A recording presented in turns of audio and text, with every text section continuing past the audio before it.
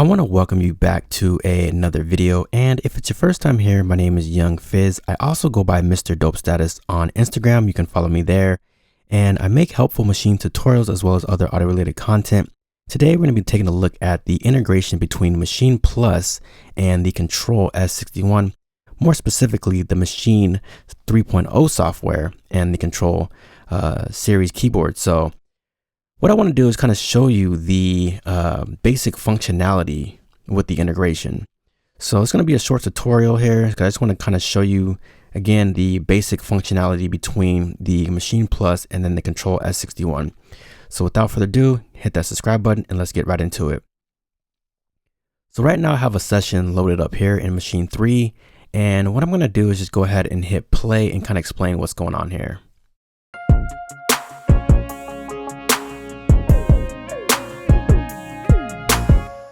So right now I have the loop mode set at bar number 17 inside of the machine. So if I hit shift and play while I'm in loop mode, you're going to notice it's going to play from the beginning of the hook. So let me do that.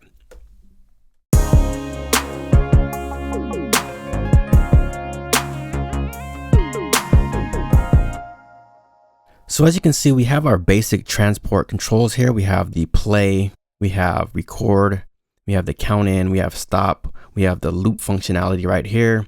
And again, if we hit shift, which is a modifier key, and hit play and loop mode is on, it's going to play from the hook. But if loop mode is turned off and I hit play, it's going to play from the intro.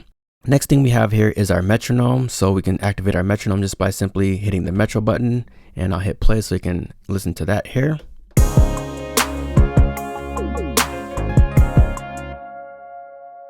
So that is definitely in there. And then also if I hold down shift, I can tap my tempo just by, hitting this right here. So if I hit metro tempo, I just tap the tempo button and I can tap the tempo of my session.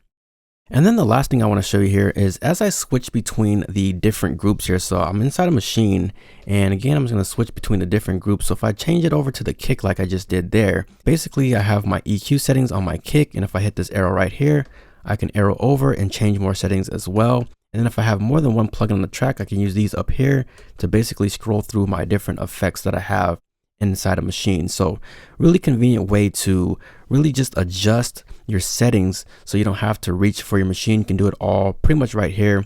I hope to see a future update for maybe like an undo or a quantize. Hopefully we'll see that definitely in the near future. But again, this is only the beginning. So I hope you guys are finding some value in this content. If you are, please hit that like button, hit that subscribe button. Don't forget to turn on bell notifications. It's your boy Young Fizz, aka mr.dopestatus on Instagram, and we will see you on the next video. Thank you for tuning in, and we are out.